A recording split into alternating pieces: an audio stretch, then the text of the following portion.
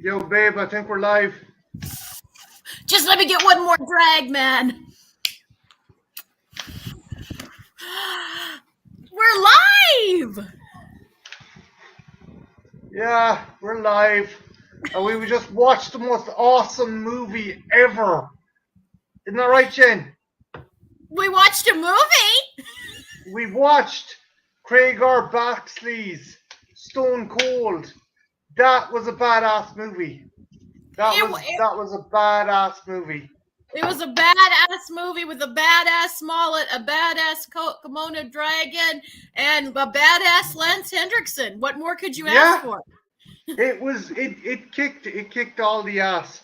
The reason I kind of picked this movie is kind of tie in with the Super Bowl. This was supposed to be a vehicle to launch the career of Brian Bosworths, aka the Boz from the Seattle Seahawks, American football team, and basically turn him into an action star. It failed. It did not work. But we have this gem to, think about what could have been. This is what could have been, people. This is what could have been. Could have given Stallone and Arnold a run for their money. Like, the thing is, this was no better or worse than the kind of action fare that was out in the 90s. See, I would disagree with you. I think this movie is way better than it should be. And it has kind of the same charm as Commando. Maybe not quite as deep as Commando, but it has very much the same. It's very reminiscent of Commando. Because, there are so many guns and, hardly anyone gets shot except people do get shot. But it's interesting. It's an interesting film. What I was expecting and what I got are two very different things. Also, we have Strange Monkey, we have Cara in the chat. We also have Christian. Your lovable offspring Christian has graced us with his appearance. But, I'm smoking, guys. I'm so hardcore. I'm smoking. Marty got me to be a bad girl biker babe for this one. I'm not wearing any panties either. Yeah. Because I'm that kind. I don't play, just like this movie, I don't play by society's rules. I'm too stone cold for that. Yeah, babe. So, what's the story of Stone Cold? Essentially, you have Brian Bosworth, aka the Boz, playing Joe Huff. He is undercover as John Stone with a Pensacola Brotherhood biker gang led by Lance Henriksen, who is absolutely fucking chewing scenery in this movie. He is having the time of his life. But I'm jumping ahead too much. We'll get to Lance, but how is our hero introduced? Like any kind of hardcore, gritty cop movie with a convenience store robbery. And these guys are so fucking wired to the moon. I love it. Yeah. There's a dude fucking spraying of a convenience store. They bring machine guns, and there's 4 of them in this little tiny, and it looks like one of those little, not much a glorified 7-Eleven is what it looks like, Marty. And they're bringing it, and people are screaming, and we have hostages, and no, please don't hurt my daughter. And Brian Bosley just comes in and just shopping, just happen to be here. I'm cool. I've got a fucking mullet. I'm badass. I'm shopping late nights. And he proceeds while he's getting his groceries to take down these guys with machine guns. These very hopped up on cocaine, presumably, or meth. I don't know. Maybe it was meth. And they were all hopped up, and he just takes them all out single-handedly because that's who he is. Well, it's the Boz, babe. It's the Boz. It's the Boz. Fun fact: one of the hostages is played by a pre-Xena Renee Connor. Hey, Brad, how you doing? Welcome, Brad. Welcome, Trenchy. Trench? No. Stone Cold isn't in this movie. The title is Stone Cold. So, he dispatches the criminals, and again, these guys are so feckin' hopped up. One of them shoots like a shelf full of Ritz crackers, and the guy screams as if he's having an orgasm. I love it. I love it. I hope you show that much enthusiasm in bed, Marty. I hope you take note of that, man, and have that much enthusiasm in bed. Okay, if you get naked and roll around in Ritz crackers, I guarantee you. Ooh, I'll glue some the Ritz cheese flavored kind. My nipples. The cheese flavored kind. But Ooh, I digress. thinking. So he takes them out systematically one by one.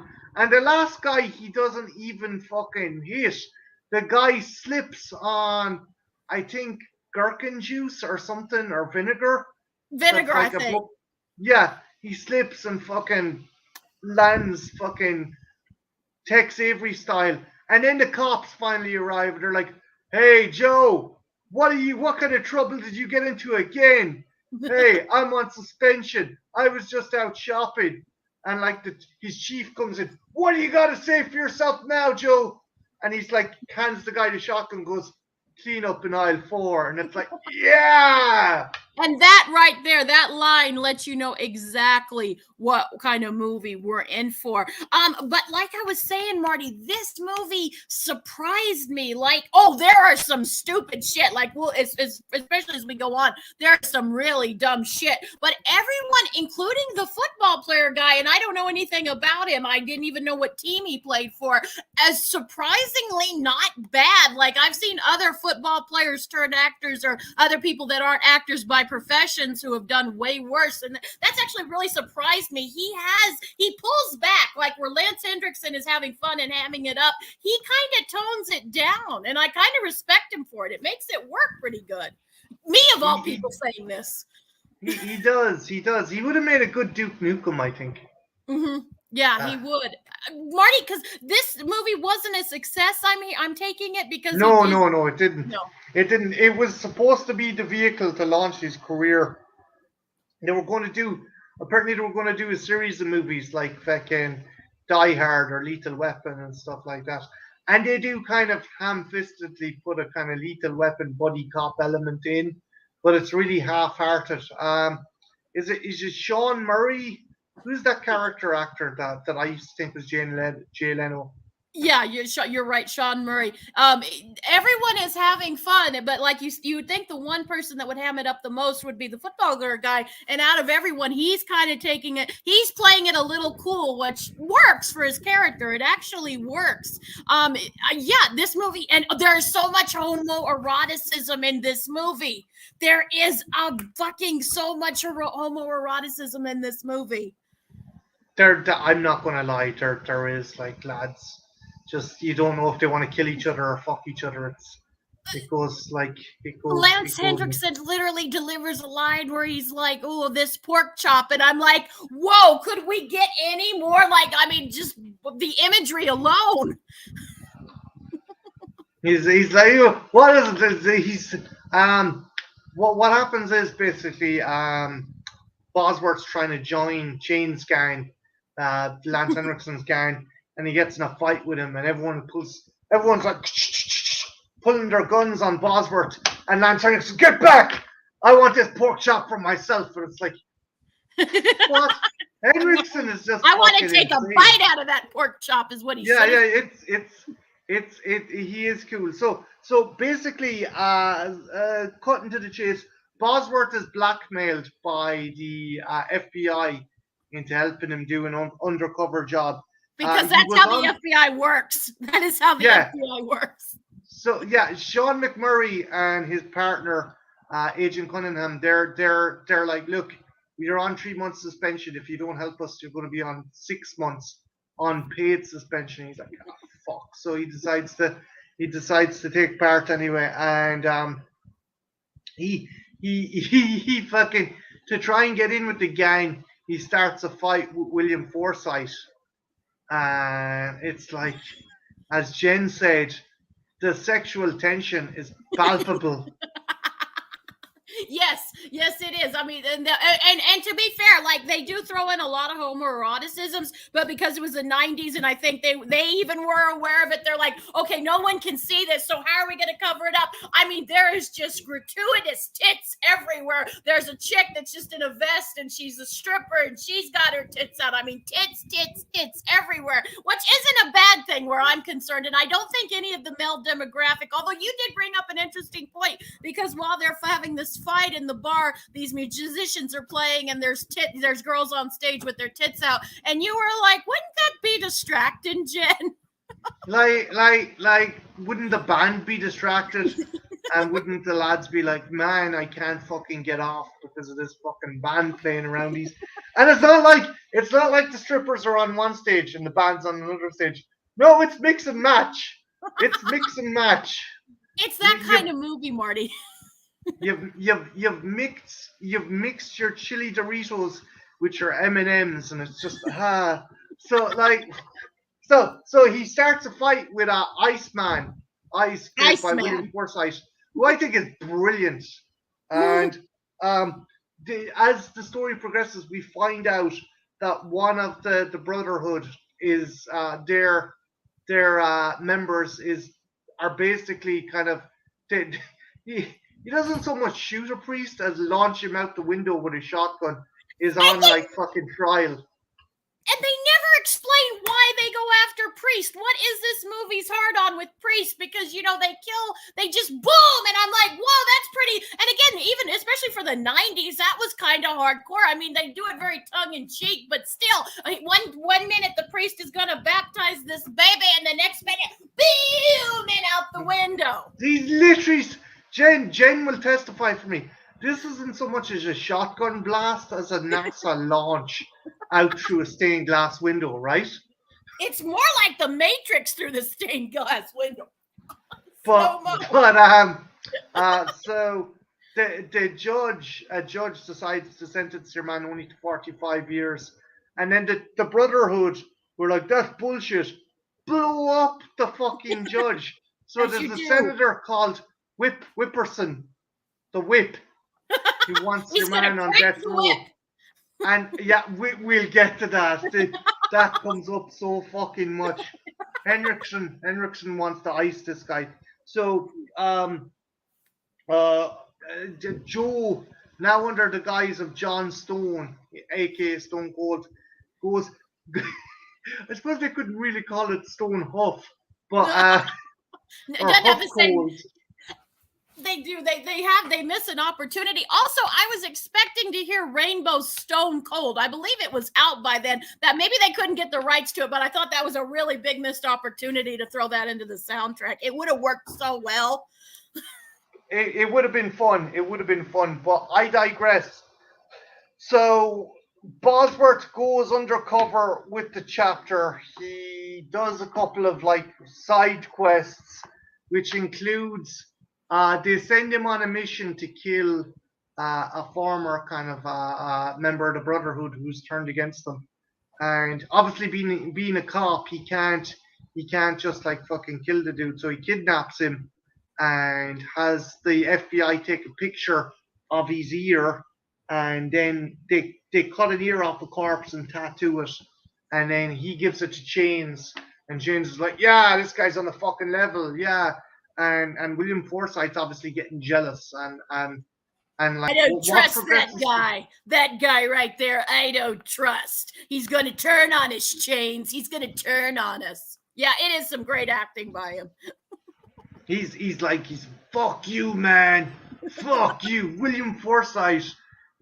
Every second kind of syllable is like fuck out of his mouth. But I digress. So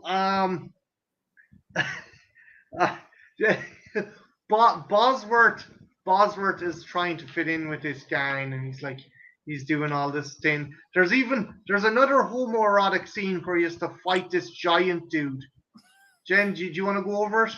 Yeah. Yeah, like well, and again, this is one thing about the movie. I guess this could be like it's a nitpicky con, and you guys are thinking, Jen, this movie's called Stone Cold by the first acting gig by an American football player, his first acting gig. Be a little nice, and I am, but I kept telling Marty things just sort of happen. There's a narrative there, but it's a very loose structured narrative.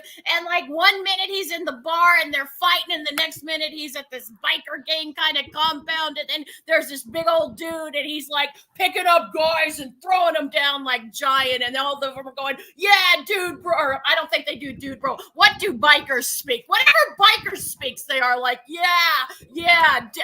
They just do that, and he fights them, and he goes to the pit, and like he's hitting him really hard, and the one dude's like, is that all you got? And he gets his ass, like he gets a big old punch to the nose, and then like they're kind of mocking him, and so he has to throw down, and it gets all of his inner strength, and he knocks down the one dude, and he becomes heroic, and all the bikers junk are like hard as rocks, because they're like, that's stone cold, that's hot, that's cool. And it's very much a narrative, and we're setting up and someone, while all this is going on, Lance Hendrickson, who looks amazing, by the way. I mean, it's Lance Hendrickson, but you don't know. I mean, it looks completely different. It's Lance Hendrickson, but it's the biker version, an alternative version of Lance Hendrickson, and he's just kind of scoping it out, and while all of them are going, yeah, like that, he's just kind of, you can tell he's just feeling the guy out, and like even when he doesn't have any dialogue, he is still chewing the scenery just by that badass walk. Like, okay, I'm checking you out, I'm feeling you, bro. And again, there's that little touch of homoeroticism, because he's like, that look isn't just all prospecting. It's like, there's some pork chop in those pants. I wonder if that pork chop is as stone cold as I imagine. Or is that just subtext on my part? No, I don't think it's subtext. I don't think it's subtext. But you're making Henriksen out to be a lot more methodical than he is, because he has that very cool, like he's crazy, and he's like, we were talking about this during the movie, he's the happiest psychopath you'll ever meet. Oh yeah, he's the most jovial sociopath you could ever fucking imagine. And like the fact is that he's so fun, you can tell he's having the fucking time of his life in this movie. Like there's no kind of messing or anything with him. Well, there is messing, but he's just acting the absolute bollocks. Like, but I digress. And it works in this movie. He's like one of the highlights of the film, which isn't surprising. He's fucking Lance Hendrickson, but he really, usually he's more of a background character. In this one, he is taken front and center and giving the football player dude a run for his money. He is, but he's not, but he's still good in it. He's really good in it. And he's, like you said, whenever an actor's having fun, that always adds another element to the movie. So as the things go on, different little adventures pop up. The mafia become involved, and they get annoyed, and they start attacking the biker gang. And there's kind of a nice, kind of sweet element to the biker gang in that they're like, although you probably wouldn't agree, the one of their ilk gets blown up and horribly disfigured, and like they force his girlfriend into marrying him. Mm-hmm. Yeah, they do, and whoever was doing the special effects, I think they were having, because he gets blown up and his face is like, his lips are all there, and he's got a runny face and stuff, and he's like, who's gonna take care of me? And Lance Hendrickson is kind of like a matchmaker in this movie, because he offers, in an earlier scene, he offers the foot player, or Brian Bosworth, his bitch, basically his bitch. Yeah. He's like, here, have her. You two will make a lovely couple, kind of thing. And then later on, Lance Hendrickson does it again, and he's like, no one's gonna want me, and he's like, she will, she'll take care of you. I was convinced she was fucking a young Marge Hallenberger, but I doubt it. But yeah, so the fucking Hi, Hobbs. Hey Hobbs, they decide to off the mafia guys and use it as an olive branch to make a deal with some other mafiosos about selling PCP. And Because Yeah, we're in a so biker movie and it's the early 90s and PCP's as hardcore as you can PCP's get. the shit. The shit, man, the shit. Like, The I want to shit. get hopped up. I want to do you want to do some pee, Marty? You want to do some pee with me? You are German, aren't you? Anyway. All Anywho. the kids are doing. It's hell, we were probably doing it. We were just too peed out of our mind to remember. Because we were hardcore back in the day. That is a good point. That is a good point, babe. So, also the Henriksen's woman is like you think she was the worst actress in this. Yes, I do. Like some of her, like she was. To be fair, I've seen worse. Like Night Beast. No one can ever top any of the horrific acting in Night Beast. But she did deliver her lines a little stiffly, and like she didn't emote quite right. Like there's one part where she's talking to her, and it's supposed to be this very dramatic backstory thing, and she kind of stumbles, and it reminds me of a scene coming up in this movie too. Where the helicopter starts to explode before the motorcycle goes into said helicopter. Oh well, we won't talk about cracking the whip just yet. Oh, I wasn't going to, but her acting reminded me of that. Like she started too soon and didn't have a strong enough finish. It happens to people from occasion to occasion. But she wasn't awful. She was very pretty. I can give her that. She was a very pretty girl. But her acting not the best. Like especially considering everyone else is kind of bringing her A game. She was very stiff. She was just kind of stiff, and not in the good way, Marty. Not in the way I like when you get stiff. Not that way, but just kind of wooden. Again. Thanks, babe. Thanks, babe. I was a bit confused because, like, at the start, Joe had some random naked bitch in his bed. Mm-hmm. I was like, is that his girlfriend? And we never see her again. You don't. And then I was like, oh, they're setting her, this new one, the biker, Chains' girlfriend, up as the romantic interest, and that doesn't really pan out. But that's do we want to talk about that, or do you want to hold off on that one? Because I actually do have some thoughts about what we do with her character. Go on. Yeah, I like go on. Well, I can hold off the thoughts if you want. I just was thinking like that's something that even some like more credible movies that were actually trying to take a more serious route wouldn't necessarily have the balls to do what they do with her character. I expected him to jump and save her at the last minute. The fact that they go through with it, I was like, okay, movie, I'm impressed. You got some balls. Yeah, essentially the heroine that our hero is trying to save dies.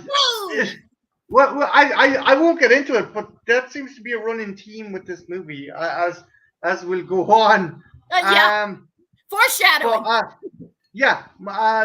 William Forsythe's death is ridiculous as well. So basically, Forsythe's character Iceman finds out that Joe isn't John Stone, that he's an undercover cop.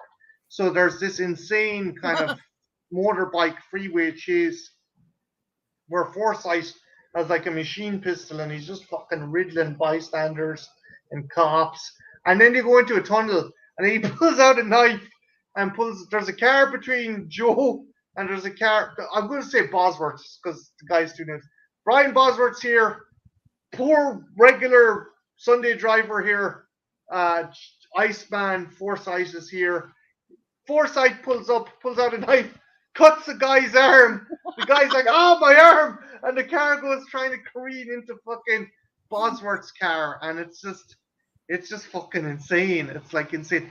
It ends with, again, Joe doesn't really kill people directly because it's more down to Ice's fucking stupidity. He just goes plowing into a car and his bike explodes. Boom. Yeah, and I love again, somebody on the special effects team was having a lot of fun because we get a couple of scenes where it's like, okay, yeah, you guys were having a lot of fun.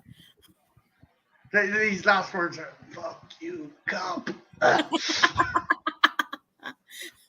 I loved how he did that, and then I love how they sent him off. I love that you were like a Viking funeral, a biker Viking funeral. That's something you don't see every day. Yeah, and Henriksen's like, yeah, he was an asshole. but he'd kill anyone that we didn't like. He So would let's send serve him off. your balls on your plate and make you eat them. I'm like, you go, Yeah. Lance Hendrickson. You own this. And he climbs up on the platform and puts the cigar in his mouth, and then they douse him with petrol and set him on fire. And I you're also, like, this was a pet peeve of mine. I got to bring this up. The movie is aware, like, you need more than just a little gasoline to make a body completely burn up, right? Like, you know, not that I have any reason to know this, but trust me, you get, it's a bitch to get a body if you just are going to burn it regular with just some gas. Jen, the majority of the events that happen in this movie you've witnessed, and that's the one. That one bothered me. I was gonna say something, but you know, so much was getting thrown at me. But I just have to, like, movies should know better. Scientifically, like, it takes, you need ghee. Like, that's what the Indian people do that do the pyres and stuff. You need super hot things to burn a body. A little gasoline. Like, what if you murdered somebody watching this movie thinking, oh, I'll just get rid of the body with some gasoline? You're fucked. This movie can fuck people if you know you have a body to get rid of, and that's the method you choose to use. That, I mean, it's not scientific, Marty, and it bothers me. Jen, I don't think Stone Cold was directed as an instructional video on how to dispose of corpses. I don't know, just maybe I'm wrong. Maybe. But what if there was a little kid, though, watching it going, that's cool. And, like, you know how we save stuff up for movies? And I've learned way more from movies than anywhere else in my life. Like, in a classroom or a movie, I've learned way more about the world through movies than any kind of classroom I've ever been in. And what if some little kid was sitting there watching it, right, and thinking, you know, oh, good. And then he had to kill somebody. And he's like, what method am I going to use to get rid of this body? I'm going to use Stone Cold's gasoline method like they did in that biker Viking funeral. I mean, it's fucked up, Marty. Think of the children. I'm not one of those people that generally says that, but think of the children. This public service announcement has been brought to you by Jen Mitchell. Anyway, so things look like they're going well for our hero, for John Stone, for Brian Bosworth's John Stone, until the dickhead he kidnapped to kind of pretend he had his ear comes back and is like, hey, this guy's a cop. And yeah, fucking John's captured, that guy's killed, and changes business. He's shot in the head. So yeah, and then Operation Crack the Whip. My God. How many times did he use that term? You know, like, you knew, like, watching this movie, as soon as they introduced the shady governor character and his last name had whip in it, I knew exactly. I'm like, oh yeah, you're going to use this. You're going to have some fun with this name, aren't you? I mean, in fairness, you got to grab it where you can grab it.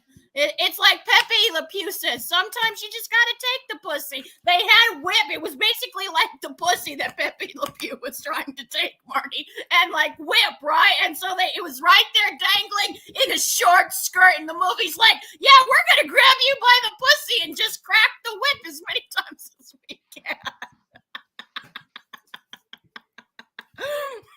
This public service announcement has been brought to you by Jen Mitchell. Anywho, so Operation Crack the Whip begins, and it's ridiculous. It's ridiculous. So what they have done is basically Chains and his gang have like a helicopter and a truck and military ordnance to lay siege to like City Hall. Mm-hmm. They do. And like the National Guard are there protecting City Hall. Okay? Yeah, Chains is like, no, fuck it, we'll do it. So Chains goes in, Lance Henriksen goes in, disguised as a priest, into the trial, and he has a machine gun. He's a machine gun hidden in there already. His other biker buddies come in a moving truck, and the one of the bad guys, who's kind of a Che Guevara kind of style motherfucker, arrives in a Chinook helicopter with fucking Brian Bosworth tied onto the back And it's Because like, he's gonna be a bomb, Marty. You left out the best part. He's gonna be a boom. yes, they're going to attach a bomb to Brian Bosworth and drop him on the building as a way to execute him.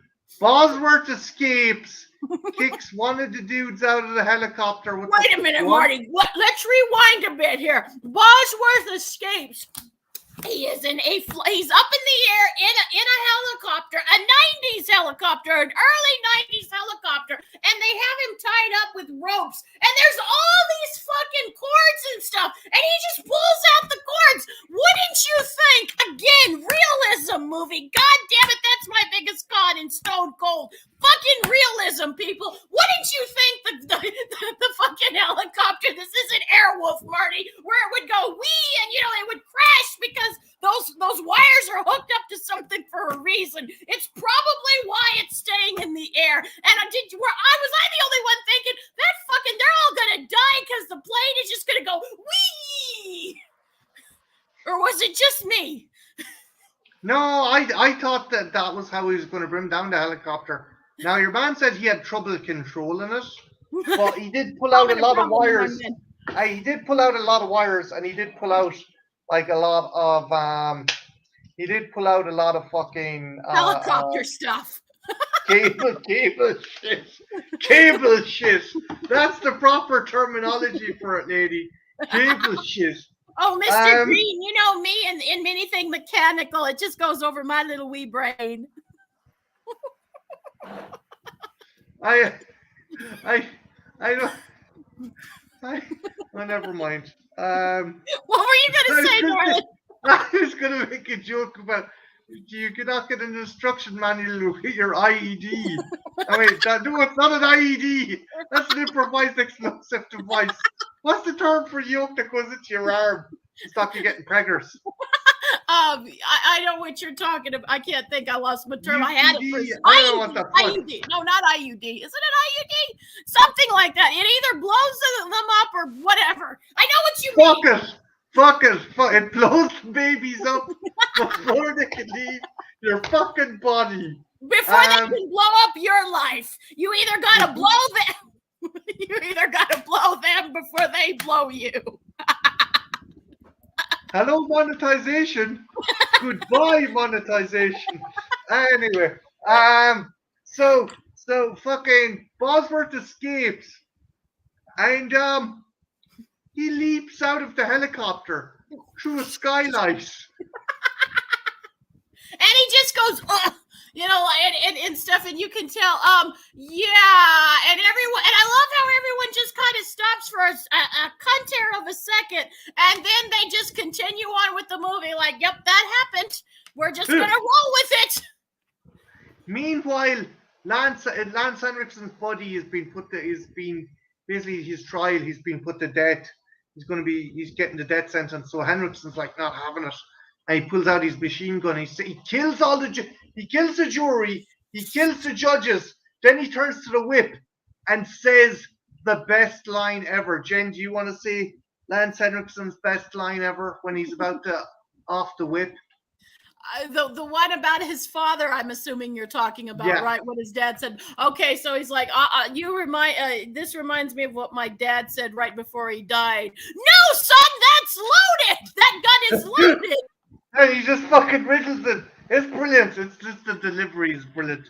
But so there are some actors there are certain lines that only certain actors could, deliver, and you not just roll your eyes. Lance Henriksen is that type of actor. You can give him some line like that would totally not work in a lesser actor's hands, and with him you get gold with it. Says something. It's a testament to his skill. So one thing I noticed as well, Joe doesn't take out that many bikers. He takes out a handful. But most of them are killed by the National Guard or the cops. Yay! This plan worked. Technically, the bad guys succeeded. But then they were all mowed down by the National Guard. That's what happens when you're Dylan P. and you're a biker. And you're following Lance Henriksen. There's bound to be some cracked eggs in this omelet, Marty. That's the chances you take. That's the real eggs they were talking about in that 80s commercial with the frying pan. They weren't really talking to suburban kids. They were talking about to biker kids. But there is one cool scene, but it is ridiculous, and Jen pointed something out. One of the guys decides to try and take on actually Lance Henriksen and a buddy of his that decide to take on Joe or Brian Bosworth or whatever the fuck. It's just call him Brian Bosworth at this stage. It's much easier. And Bosworth blows the guy off his motorbike, and the motorbike goes out a screen window where the helicopter is currently hovering. And I don't know, are the bullets made of nitroglycerine? Was this bike combustible? Did the minute it touched oxygen outside the building? Did Jen explain? Because basically, like, the bike is in midair, and then there's like this pause, and it's not a super long pause, but it's a pause if you're paying halfway attention, and you see that the helicopter before the motorbike has hit, like, this is a helicopter flying, going wee, and this is the motorbike going zoom, zoom, zoom, and right before it crashes in, you see there's this part right here where the motorcycle hasn't crashed into it yet, and it just starts to go psh, psh.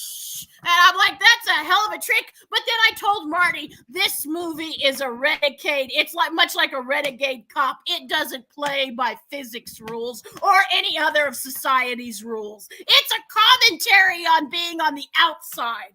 Yeah, that's what this movie's about. It's a commentary on being on the outside and not following society's rules, and not just, going to a 9-to-5 job, having kids, and then dying. It's about peeing. Yes. Jen? Yes. You finished?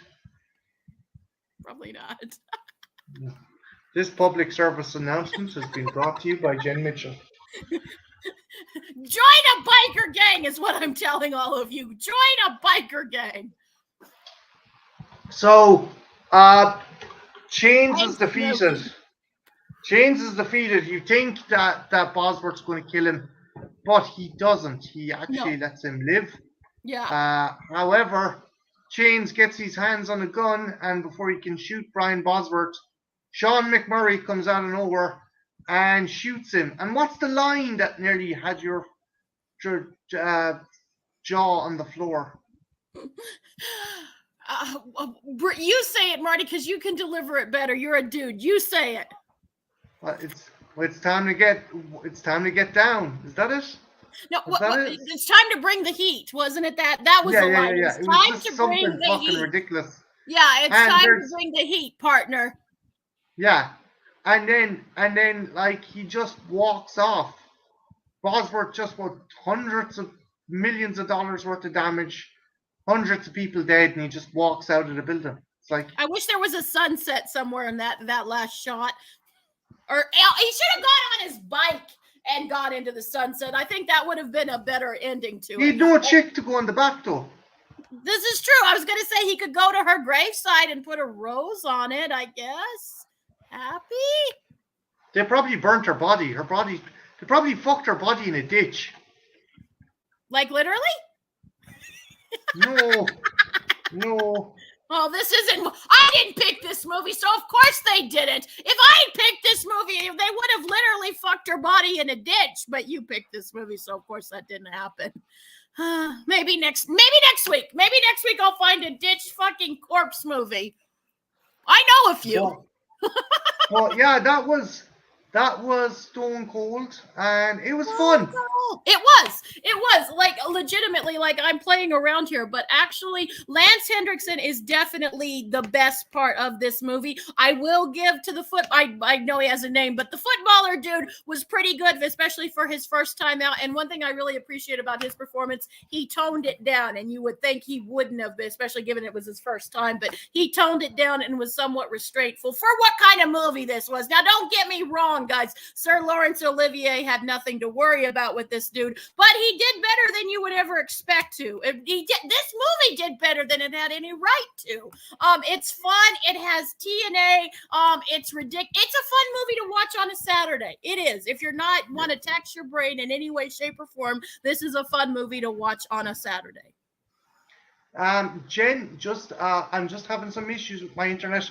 I will be right back. Okay, just hold the fort for 2 seconds. Okay, cool. No problem. So, but guys, anyone out there in the comments, if you guys have seen it, leave us comments and let us know if this is something you want to watch or if this is something you might throw on your watch list. Surprisingly, I really dug this one, guys. It was fun. Yes, it was fun, Cara. It was fun. Stupid fun. If you have a big appreciation for Lance Hendrickson, this is one, like, I like to think of myself as a pretty big fan of the man, and this is one that I'd never seen before, and he really steals the show. He's good in it. There's a lot of character actors. There's a lot of tits in it, which you guys know. I'm a big fan of tits. There were big tits, little tits, lots of tits dispersed. There's homoeroticism, like if that's your bag. There's a lot of, because it's one of those action cop movies, right, guys? And you gotta have homoeroticisms in your action cop movies, dude bros, and especially biker, because you've got the leather aspect and everything, and it's really cool. So yeah, it was fun. You get a biker funeral, even though it's totally, like I said, and I have an issue. I take umbrage because people might hold this and think that's how you burn a body. No, you need a lot more than just a little gasoline to get rid of a body sufficiently. Don't ask me how I know this, people, but it's a thing. It is a big thing. So, but yeah, guys, this was a lot of fun. I'm glad Marty showed this one to me. I really am glad Marty showed this one to me, because it was, you would have never thought that Jen would like an action movie from the early 90s with some random footballer dude I'd never heard of. Oh, also, guys, like, the mullet needs to come back. I'm going to say something controversial right now. The mullet needs to make a comeback. Like, you kiddos out there, you guys should wear a mullet, because, yeah, that was a thing we kids did back in the day, and it was a look. It was a look, like, especially if you're thinking of joining a biker gang. It was a look. It was a big look. Anytime, Cara, like this is we try to be educational on all fronts. Marty and I try to be educational on all fronts. But this is a good one. Speaking of which, kiddos, because that's about all I have to say about Stone Cold. I would recommend for you guys. Hey, you're back. Sorry about that. Let's say mullets. Just the fucking router came out again. But yeah, actually, Jen, question for you. Mullets, sexy or not? I was telling the kids that they need to make this a comeback. They need to make this a thing. Like, wouldn't it be cool, Marty, if we saw all the young people, because apparently we're old enough to be like parental types. Well, that's a thing, I guess some people see us as, because we're that mom and dad type of people. Wouldn't it be cool to see the kids, sporting a mullet? And Sparky just said, ew, mullets. Well, in fairness, it depends on the person. Example, Brian Bosworths with a mullet. Yeah, he works it. Joe Exotic, on the other hand, I think he works it too. Fuck off. It's a mature mullet, Marty. It's a mature mullet. You can't, like, the mullet is definitely something for today's youth. Like, it's more of a youthful rebel. I'm going to join a biker gang and, like, have a Komodo dragon and be a renegade and tell my cop boss chief thing, clean up on aisle 5. But when you get to be our age and older, you need a more sophisticated thing, and it works. Especially if you got a big pussy, like you got a big tiger, and you can wiggle your mullet around, and the girls will go, "Ooh, he's got a big pussy and a mullet." Ooh. Yeah, I suppose. But yeah, again, Stone Cold. If you're looking for a fun night in, it's good crack. It is. It's a fun night in, like you said. It's a good day when you just want to lay around and not tax your brain and see some tits, some homoeroticism, a Komodo dragon, and Lance Hendrickson steal the show. There's worse times to be had, Marty. There's worse, and I'm glad you showed it to me. I'm really glad. I like this one. Well, next week I'm handing over the reins to Jen. Oh God. God damn. And we're watching 9.5 Weeks. Yes. Okay, Blues and Ghouls. So next week it's my pick, right? And we haven't done sleazy in like a couple of weeks, and like I'm like someone who needs sleaze in their life, everything. So for you youngins, if you guys don't know what 9.5 weeks was, it was basically when me and Marty were kids. Marty's a little younger than me, so I'm a cougar. Oh my God, I'm a cougar, Marty. Marty, I just realized this. You're not a cougar. 9.5 weeks. It was like kind of that generation's 50 Shades of Grey, but less stupid. Hey, Scott. Hey, Scott. But less stupid. But don't worry, it's stupid enough. And Kim Basinger and Mickey Rourke, and we're gonna do some sexy things. Like that'll be like a late Valentine's Day kind of show because it's sexy. I owe her as well because the stuff I got her hasn't arrived yet. And I need to send it. That doesn't matter. Are you looking for? You've seen 9.5 weeks, darling? Correct? I have ages ago, and I'm like, it's all right.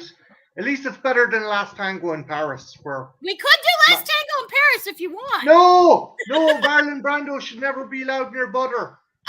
No. I could add a great sight gag with a big old thing of butter just sitting next to me, maybe sensually dipping my hand in it. People would love that. They love it when we do sight gags, Marty. Goodbye monetization. Anywho, so what else have you in the pipeline, Jen? Have you anything coming out this week? Actually, we have a couple things. Christian and I are going to be doing a couple videos. Like I said, Christian and I are working on a limited time schedule. There's only so much time that Christian can do videos, so they'll be sporadic. But we're going to be doing a new Tales from the Crypt episode this week, and also this Saturday. We're going to be busy next Saturday because along with Trashfire Cinema, we also will be Christian, and Marty will be telling you guys our thoughts on the Texas Chainsaw Massacre movie. She's a Texas Ranger, guys. Texas Ranger. So there's that. Go get him, cuz. You looking forward to it, darling? Try anything and you're canceled, bro. Oh, God damn it. So we're going to be doing that. What about you, darling? What are you got? I have a What do you got in my pipe? You guys don't know if I'm wearing any pants. I'm not wearing any underwear, but am I wearing anything under here? Only Marty will know for sure. I'll be wearing it in my face. Ooh, I hope so. But I digress before people ask to call an adult. I am going to be joined on Tuesday by the awesome Hey Internet Eric here. Eric, who's a legend. Does get content. We're going to be talking about Predator 2, another underrated sequel. So we're going to be doing that. So yeah, big thanks to everyone who stopped in. Cara, you're awesome. Hobbs, you're awesome. Scott, you're awesome. Trenchy, you're awesome. Brad, thanks for hopping in. Who else had we? In case I missed anyone. Christian, you're forgetting Sparky. Oh, we can never forget him. Even if we want to. Yes, Trenchy. It's coming out on Friday, but because Marty's working, we're not going to be giving our thoughts until Saturday. But yes, it's coming out this Friday on Netflix. Yeehaw! Strange Monkey as well. Oh, Strange Monkey, yes, he's a legend. Yes, he's all awesome. legends. And if you didn't comment either, and you were just watching, that's cool as well. But yeah, I had great fun with this. I did too. I owe this lady a Valentine's movie. Not the biggest fan of Valentine's, but that's a deep, dark, hidden secret that no one shall know about. But anyway, I am going to tear off. Oh, hey Phil, how are you doing? Hey, and Phil. I am going to chillax because I have gotten a shot of testosterone from watching this, and I feel I need to eat raw meat. And I know where you can get something raw, Marty. I know where you can get something raw. Ooh. on that note, from me and Marty, we wish everyone watching a very happy Valentine's Day, whether you're watching it with someone you love or you're doing it the single thing. Know you're loved from us. Know you're loved from us. And yeah, be sure to tell people you love, whether it's in the romantic sense or the stalkery sense, however you want to do it. Be sure to share the love this Valentine's Day. Unless, of course, it violates any court orders. That really hurt me that you sent that out on me, Marty, by the way. That hurt my feelings. Hey, look. I just, I love you to bits, but when you started sending me your used sanitary towels, I was like, oh, this is, I saw it in a movie. Doesn't necessarily mean it's good. I digress. And I was joking about that last one in case anyone was thinking she did. She didn't. With that, we're going to end. Good night. Happy Valentine's Day, guys. Good night, prison bars. Good night, prison bunk. Good night, screaming girls. Still locked in my trunk. Goodbye. Goodbye. Let me pull down my pants, Marty, so you can have something raw to eat. You look like you need something raw.